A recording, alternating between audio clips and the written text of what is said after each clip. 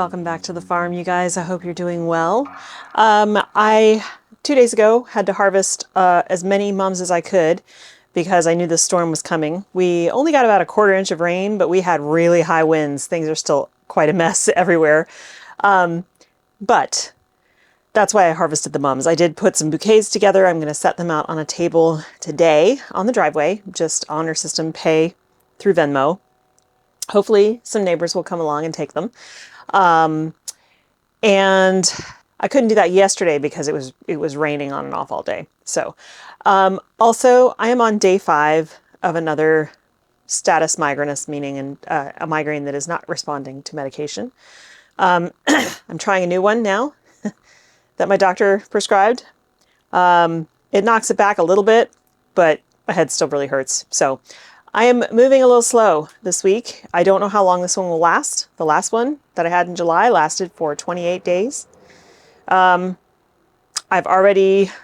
neurologist is already trying to get me scheduled for a greater occipital nerve block, but that won't happen until January. And it takes 2 to 3 weeks to get insurance approval. However, my insurance denied it last time, saying it wasn't medically necessary. So I'm not sure what you need to be medically necessary after you've had a migraine for 28 days. We could pay for it out of pocket, but it's $4,500 for a single shot to my occipital nerve to hopefully stop the migraine. Doesn't always work. Okay, guys, what I'm going to do today is we're going to plant some more bulbs. We did get the rodent exclusion scheduled. That is next week. So I'm going to have to start digging things up, digging up the roses, digging up the hydrangeas, digging up the bed by the glass sliding door that has lavender and stuff in it, which is fine. That can all get moved out to the front garden. And I did pick up 2 beautiful mangave. I'll show you those when we come to that project, that will look beautiful against the autumn joy sedum in that bed. And I think it's just going to be lovely. And we'll do some really pretty decorative stone. It'll just be a really nice, peaceful rock garden and a lot lower maintenance. So, but we are going to plant up the bulbs in the wine barrels today. I've got old plants that were destroyed by the rats that I need to pull out of there. That just, I was hoping, because they're perennials, those plants that are in there, I was hoping I'd be able to use them, but they ate them down to nothing and they just never recovered. So those are going to have to go in the compost. But before we do any of that, the first thing we're going to do is plant 3 more amaryllis. The ones that we've got already that we did the other day, those are still up on the top shelf and they'll continue to wake up. But I have 3 more, and I've got this container that we're going to use. It does not have a drainage hole. This is just a decorative bowl. It's okay to use containers without a drainage hole. You just need to monitor how much you're watering. I have put amaryllis in bowls like this before with no problem. I have another bowl, which is similar. This is a copper bowl. It's really pretty. And I've had amaryllis in here before. You can see the patina left over from the, as the copper chipped away. But it doesn't have as secure a base for when they get really heavy. It tends to kind of rock a little bit. So I decided this bowl would be better because it's got a wider base and I think it'll be more sturdy when they get taller. You can also put amaryllis in glass vases with stones on the bottom and only their roots in water. That is an excellent way to do it. I've done that before.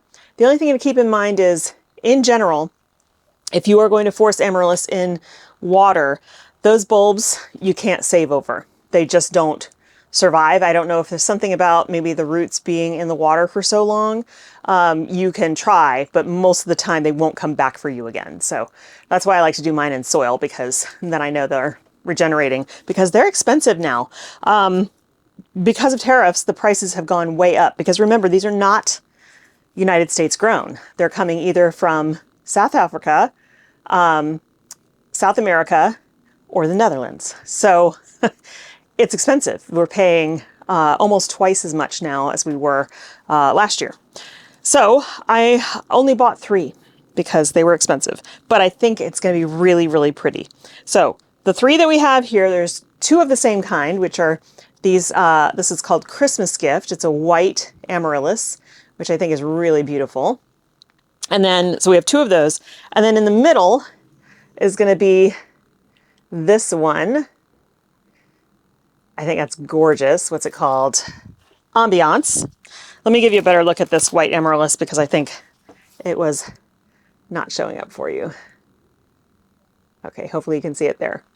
Anyway, I think that'll be a really pretty display. Now, I actually had hoped to have a slightly smaller bowl because amaryllis actually like to be really crowded in their container. So you can pack them nose to nose, side to side, and they'll do great. And in fact, they help support each other that way. But this is the size container I have. And I actually think a fourth one, maybe I could have fit, but I like to do things in odds. So 3 or 5, and 5 definitely could not fit.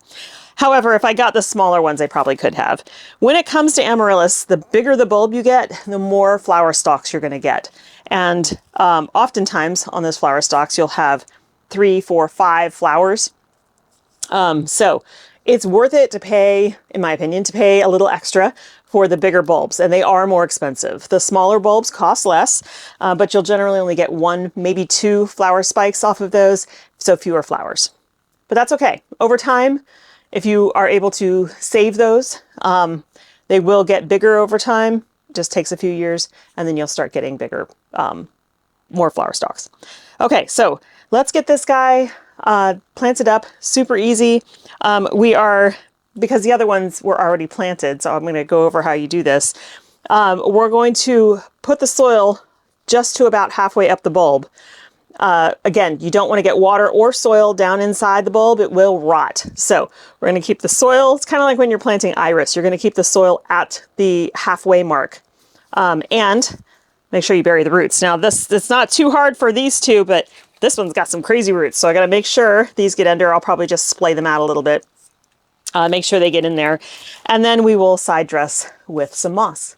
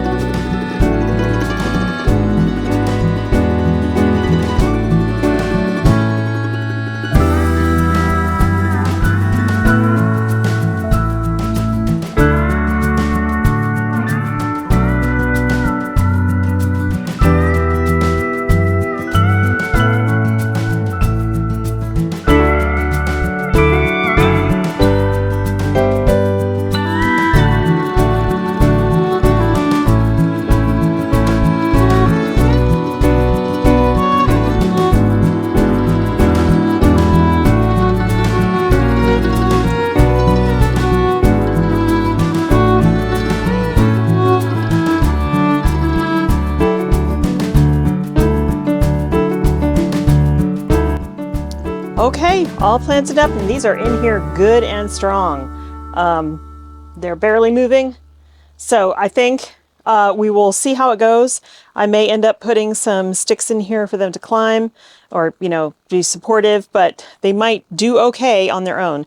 Sometimes I will wait until the bloom stalks come up and I will put a stake in the middle and just kind of tie them all together around that stake so that they stay upright. So lots of different ways to do it.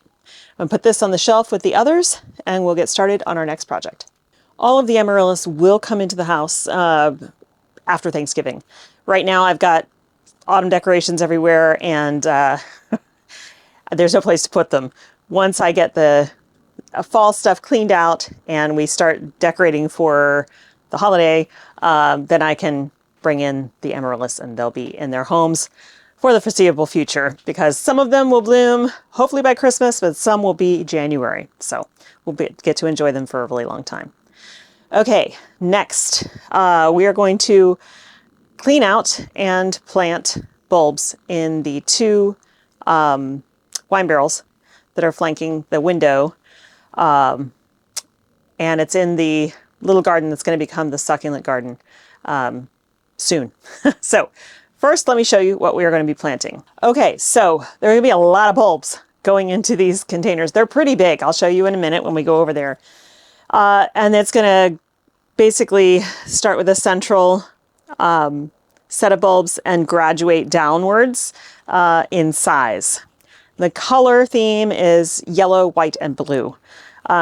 So what we're going to start with in the center, well, first let me say, I have a mallow, a Cape mallow in each of these that will die back for the winter. So right now it's looking kind of rough because, you know, we're heading into the cold season, but it's still blooming. I put it in the spring, I'll show you in a minute, and it's got beautiful pink flowers. So it's great for the summertime.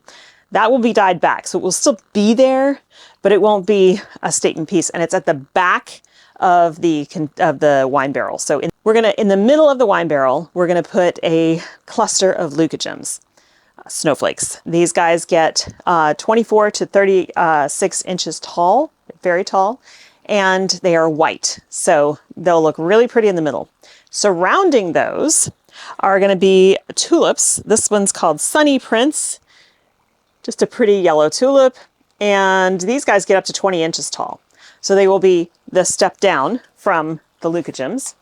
Then below the leucogems, we're gonna put more of our glitter hyacinths. These come actually in purple, pink, and white. It's a mix. And those are 8 to 10 inches tall. And then we're gonna put Muscari. It's gonna be the next tier down. These are all gonna be in a circle around. These are blue with deep purple, and they get 7 to 10 inches tall. And then finally, we're gonna end with our China Doxa, which are blue and white. And these are very short, 2 to 4 inches. So they'll be like the outer layer. So I think if everything comes up like it's supposed to, and these are all early to mid, so I think they're all going to kind of come up at the same time, I'm hoping, because that will be really pretty. So we'll have a white center, surrounded by yellow, surrounded by pink, purple, and white, and then surrounded by blue with deep purple, and the China Doxa, the blue and white at the bottom. So it would be very colorful, but all kind of in that same kind of color family. So let's get started cleaning out these two containers. They will need to be pulled away from the house for this rodent work to be done, but I can't do that by myself, and I'm definitely not going to push it today to try to do that. Any extra additional force right now makes the headache a lot worse. So I am maintaining as long as I don't go overboard. So we'll do this, and that's probably going to be it for me today. So let me grab all my bulbs and my pop-up bag, and we'll go over there, clean them out, and get these guys planted. Okay, camera says that footage got corrupted, so hopefully it actually did work, but just to update in case it didn't work, we've got leucogem in the center, surrounded by those yellow tulips. We only had 3 each of the hyacinths, so they're on the corners here. And then we've got Muscari surrounded by China Doxa. So, and fresh soil. So I think this is going to be great. I can't wait to see what it's going to look like. This is the Cape Mallow. It is starting to drop some of its leaves. It is not evergreen, but the bees are still loving these flowers. So I'm not going to cut it back until it's done. And I'm also taking a risk at cutting it back. I've looked up how to care for these, and nothing says anything about cutting it back. But I cut back all my salvias, all the buddleias, everything gets cut back in very early spring, about 6 to 8 inches, so that it can then regenerate stronger stems. And so I'm going to try that with these. If it doesn't work and they die, then they die. But it doesn't seem to make sense to leave it with its crazy gangly growth, especially these new stems that will get frost killed anyway. So that's how we're going to handle that. So that's all I'm going to be able to handle today, you guys. My head is hurting really bad. We still have some planting to do. The Orlea still needs to go in. That'll go in next week, as well as the Cyanoglossom. I want them to be a tiny bit bigger. And then I have, for the home garden, still some more Rudbeckia over here, the 3 varieties that we've got. So I want to get those in the cottage garden next week as well. And the tulip bulbs should be arriving on Tuesday. So then we can get those out to the farm and plant them up in the crates. And at that point, we'll be almost all planted out. The only thing we'll be waiting on is the first week of December. Those 2 trays of snapdragons, 1 tray of poppies, and 1 tray of something else, which I forgot. Those need to go out. Oh, larkspur. So those will be going out in the remaining bed space at the farm, and then we will be 100% planted out. And at that point, all we do is just keep an eye on things and make sure that they stay protected and hope for the best. Then we hope we have enough rain, some nice temperatures, and a beautiful spring. So coming up, hopefully this headache will go away enough that I can get some work done. We will drag those 2 containers you just saw away from the side of the away from the house. I will empty out that bed. I will take all the lavender out of it and transplant it either in the front garden or out at the farm. I also have some yarrow in there that I want to dig up, and some lantana, but I don't know how well that's going to come out. So that stuff will get moved. And then after they're done with the abatement work, we'll replant that bed.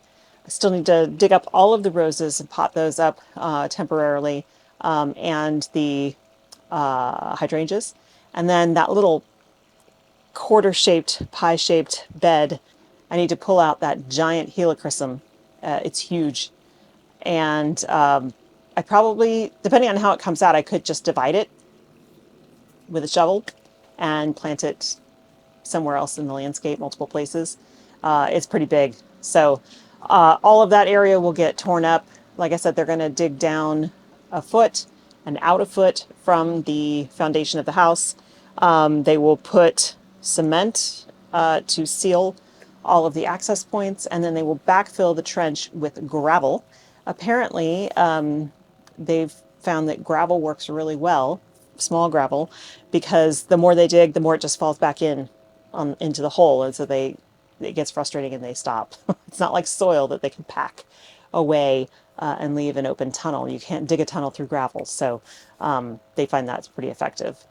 So that's what we're doing next week. In the meantime, I'm hoping I'll feel well enough tomorrow, which is Friday, to do some projects with you guys. We'll just have to see. So thanks so much for hanging out. I hope you have a wonderful time in your garden, and I will see you in the next one. Bye.